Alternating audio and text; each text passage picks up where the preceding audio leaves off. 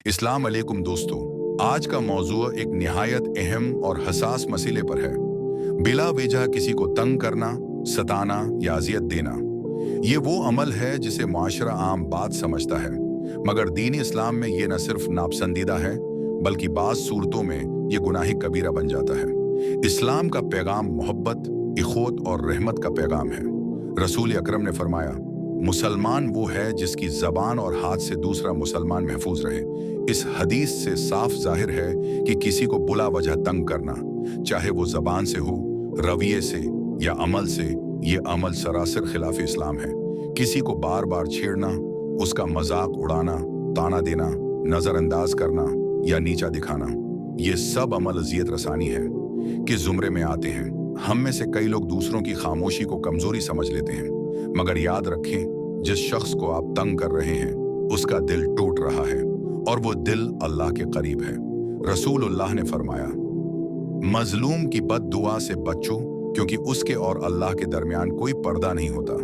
जब कोई किसी को तकलीफ देता है, बलावजा सताता है और वो मजलूम अल्लाह से फरियाद करता है, तो अल्लाह की रहमत फौरन हरकत में आती है। इसलिए हमेशा याद रखो, किसी का दिल दिखाकर कभी खुशी नहीं मिलती।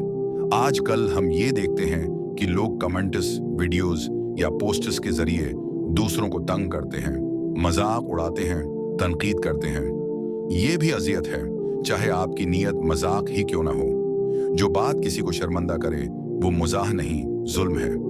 बचपन में बच्चों को छेड़ने का मिजाज सिखाया जाता है। स्कूल, मोहल्ले या घर में कमजोर बच्चों को तंग करना दिल लगी कहलाती है, मगर यही रवैया बाद में इखलाकी बिगाड़, नफसियाती दबाव और बाज औकात खुदकशी जैसे अफसोसनाक नताइज तक ले जाता है। हमें सिखाना होगा कि इंसान को इज्जत देना फर्ज है, चाहे वो छोटा हो या बड़ा। अगर आपने कभी किसी को तंग किया है, उसकी दिल आजारी की है, तो अब वक्त है तौबा का, माफी मांगने का।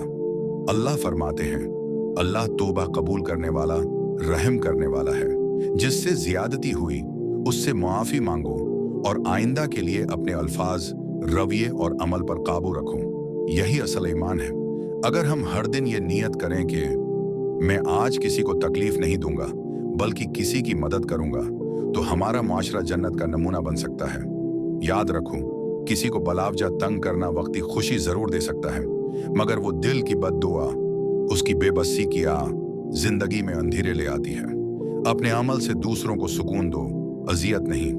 दोस्तों, किसी को तंग करने के बजाय उसका सहारा बनो, किसी को गराने के बजाय उसे उठाओ।